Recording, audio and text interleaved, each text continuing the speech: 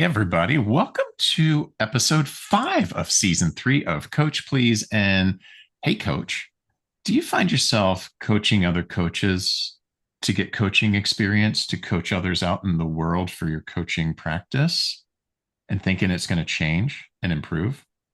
Coach, please. Hey, Consulate, how you doing? what's going on, Dan? How are you? Oh, I am super excited for this topic. I knew you would be. And, this is something I've really been noticing a lot in the world lately. I know you have too. A lot of coaches are coaching other coaches. Now, I'm not saying this critically.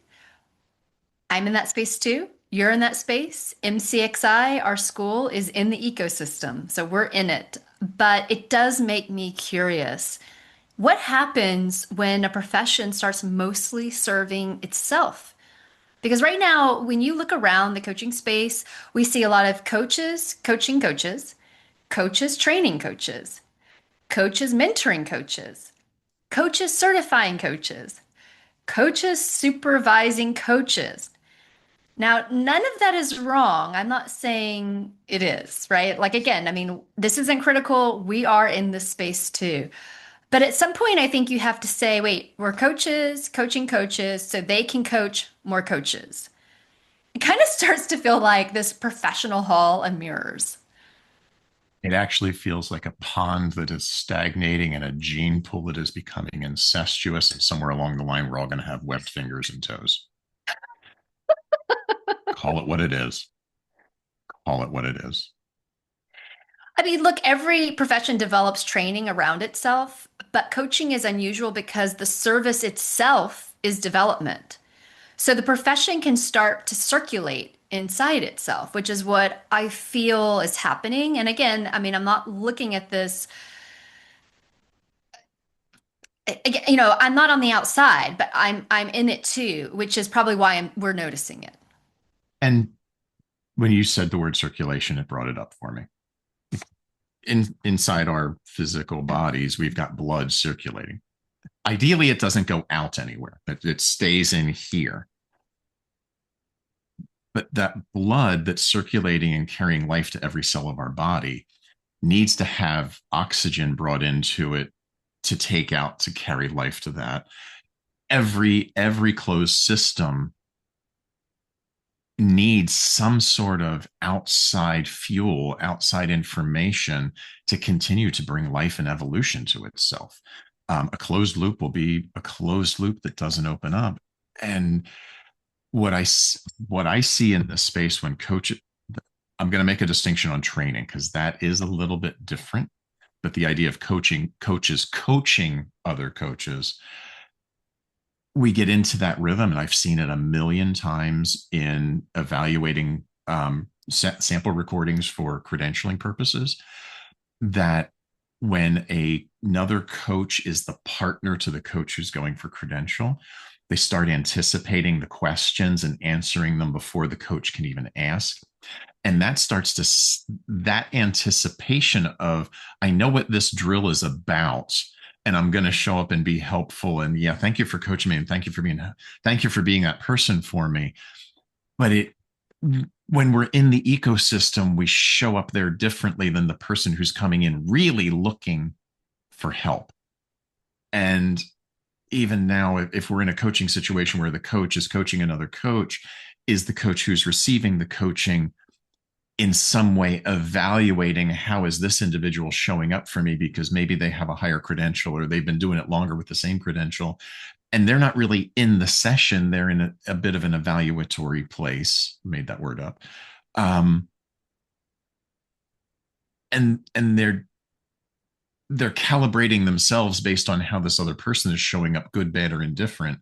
And there, it's not really about receiving coaching, it's observation and takeaway. And that's, I mean, I just don't feel like that's helping coaches grow when we're in that loop. And I don't know that it's really helping the industry grow to mastery, because we're going in circles here instead of branching out into new territory and bringing in something new. Yes, sometimes we're not expanding the conversation, we're just refining the same ideas, which is, I think, Mm-hmm. what's happening. And sometimes agreements, so if we're all coaches, we're probably all agreeing on the same things. So then you've got the assumption that we are all agreeing together on the same thing. And agreements can feel good, but growth usually comes from friction, typically, or new ideas. Mhm. And I think that the more time we are spending time with coaches, and I mean, you're going to hear this throughout this whole season of our podcast, the more time we spend coaching coaches, the easier it is to forget what conversation really looks like outside into the professional world. And then that's why, if you've listened to the other episodes prior to this one, I don't know becomes a trigger and silence becomes normal. And but this isn't really normal conversation behavior outside a coaching session. And There's something else. it also adds in that layer from episode 2 when we start with a resume. If we're staying in this pool that's all about credentialing and practice and skill up leveling, that's what other people in the pool are looking for. Like, who's the biggest shark? Who's the biggest animal swimming in this? Who has the highest credential? And so that automatically starts this validation of credentialing thing that when we talk to people outside this container and start leading with our credentials, our certificates, et cetera, and the label of the role that we do, now we're speaking this internal jargon language out in the world, and it means nothing out there or very little. I'll Right. pull myself back from the absolute. It means very little out there because to the general public, this industry, because of its low bar of entry, is still a punchline. And that I know we've talked about that, and that is a completely that could be its Yep. own podcast and Oh, conversation. oh yeah. Absolutely. Yeah. Um, I don't, the danger of an echo chamber, which is kind of what this is becoming, I don't think it's necessarily the bad ideas. It's the absence of different ones, which is what you said. We're just refining. So everybody's talking about the same thing. Everybody's doing the same thing. We're not bringing in other perspectives because we're all focused on the same perspective. And what else do you see? Again, we're in the pool. Like we're in this pool, coaches, coaching coaches. But what else do you see? I mean, I do wonder, like, is this just a phase of the profession? You know, are we in the silicone bubble of coaching? Or We is are this, definitely in a bubble. Definitely in a bubble. There's no question about that. yeah. I mean, the other thing is coaching becoming something that mostly develops just coaches? Maybe temporarily, because there's been such an explosion into this field, particularly in the past 6 years, post COVID, definitely. Um, and while there's always something that can be learned from every interaction, if we don't go into those interactions to learn, we don't gain much from them. I think about, we've talked about it in previous episodes and other videos we've done of my background. Part of my background is I was a scuba diving instructor for years, and to similar progression, that to get even to become a dive master, you need like 60 dives, and to get to instructor, you need to have so much time underwater and so much experience so that you can bring that learning and know these are the things that come up, very similar to the credentialing process. Yet I know people in that in I not in the industry because I'm no longer in it, but I know people who are divers who will talk about, I'm going on my 500th dive next week in whatever place. Yet when I've been in the water with them for a week, you would think they were basic open water divers. Buoyancy is shit. They're all over the place. They're sawtooth diving. They're not monitoring their air, but they've got 500 dives under their belt, or 499. They went just to get the time, which is what I see coaching coaches be about. It's, I need to get my hours so I can get my next credential, and it's about accrual of time within a container. It's not about getting better, because I can't tell you how many, if we don't have that understanding of what the next level of listening is all about, you just bring all the bad practice, and I am judging that, all the bad practice that's not carrying you forward into here. And now those muscles have been trained and strengthened that they're harder to break to get to the next level and shift into more pure being. I agree. And I'm also going to challenge that because I'm going to go back to sort of the punchline in the world of coaching. Uh, the issue I'm seeing with the coaches is it has to move out into the world. Mm-hmm. Coaching has to move out into the world. And it isn't, it's just going deeper into itself. Or in your case, you said maybe it's not going deeper, it's staying surface level. But I mean, so the question I think really becomes, are we expanding the profession or are we just coaching each other in an increasingly sophisticated circle of circles of circles? Because the Yep. punchline out there is always going to stay the same if we continue to just take our industry deeper within itself. We're not taking it outward. I mean, if including ourselves, if we're only coaching within the coaching of the coaching of the coaching industry, we are not taking this out into the world. And so, how do we? And I'm not saying no coaches are. I'm saying that the bigger part of the coach growth industry, and I could be wrong here, but from what I've seen, it appears that the biggest part of coaching growth in the industry is getting credentialed or certified and then working with other coaches. All the industry has not really exploded within going out into the world. It is starting to. I mean, look, there are many corporations and in the corporate world that are bringing on coaches, but I can still talk to 20 people and only five of those 20 know what coaching is. Um, and when I do say the word coaching, they think I mean like coaching little league or I'm a running coach or something like that. So I do think that is the bigger issue for me of coaches coaching coaches.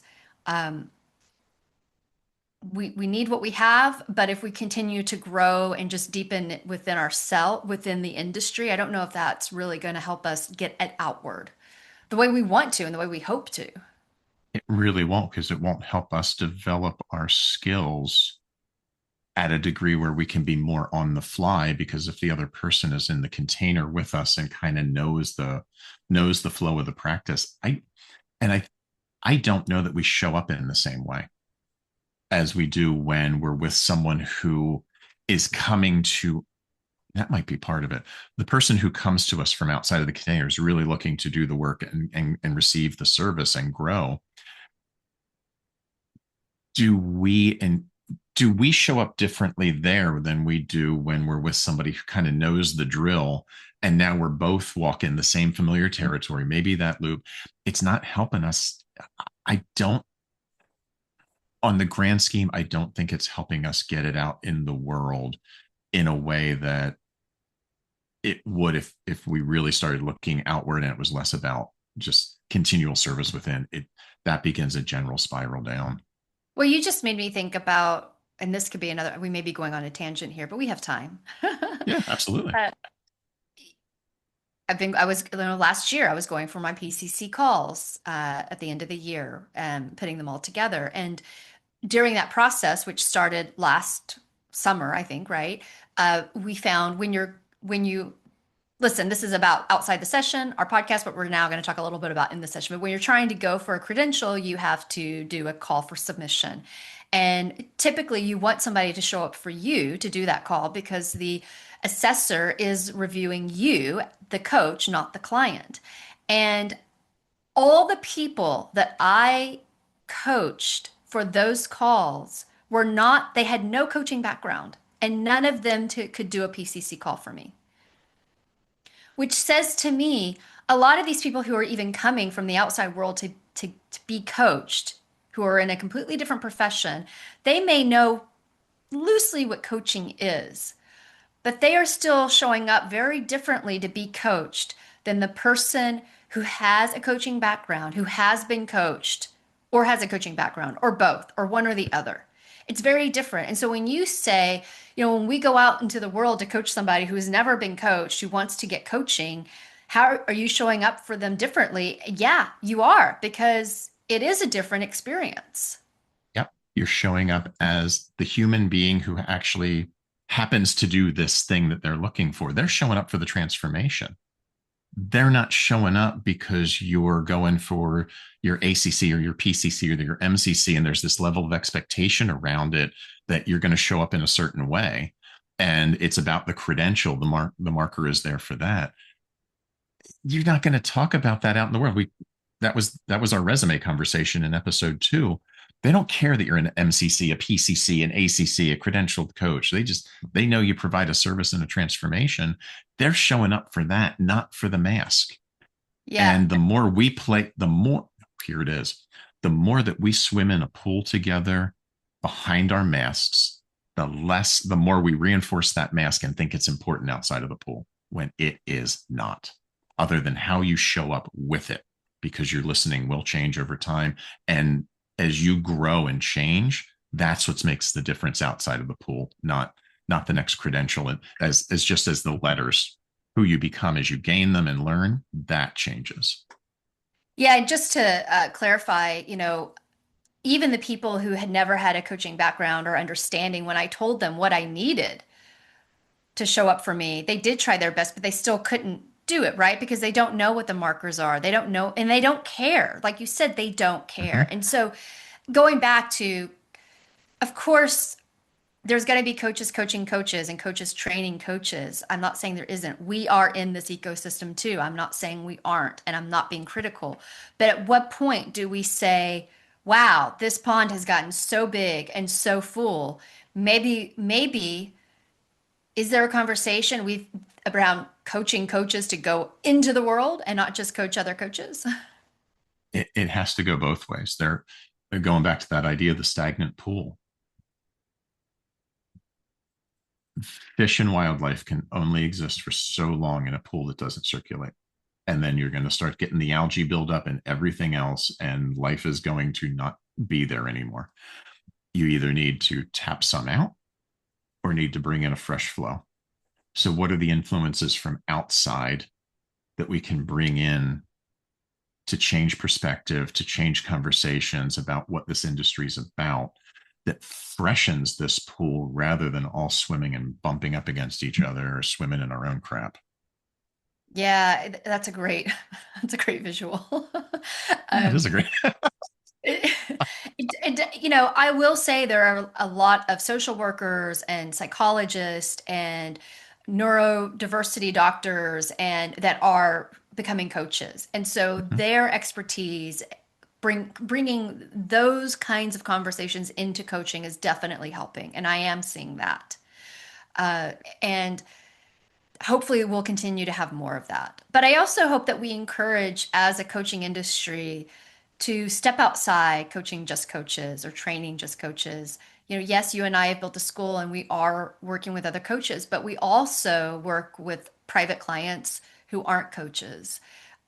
Most of my clients before I even started the school, none of them had a coaching background. They were creative professionals. So that can be hard, right? Getting those people and getting those clients. But the more that we can also just be on the outside, right? It helps us as a coach because the conversation's different. Again, there's such a learning curve when you are not in this industry, in this bubble, that you have to go out and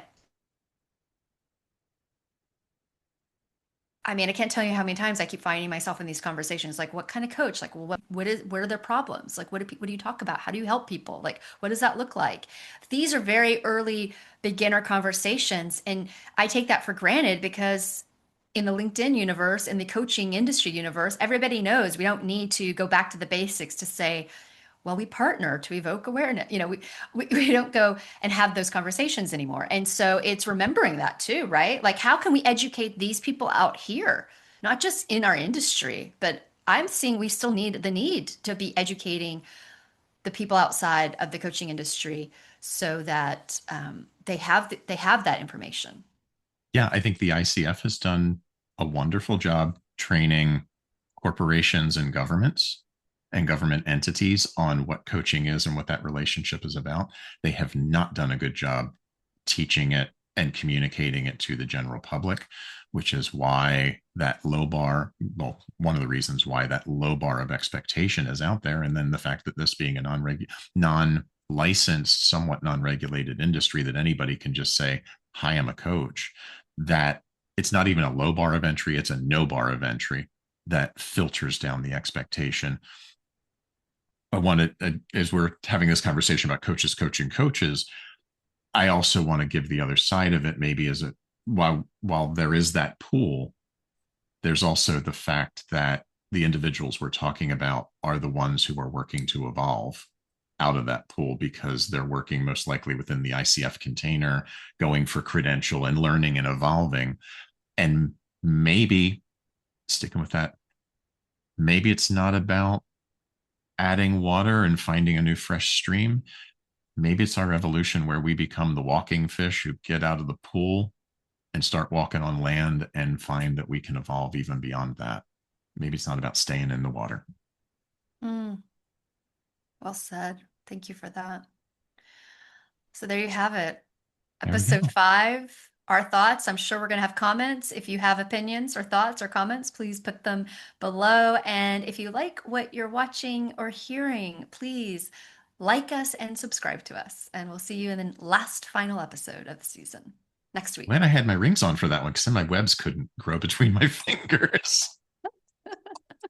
See you next week. Oh, it did.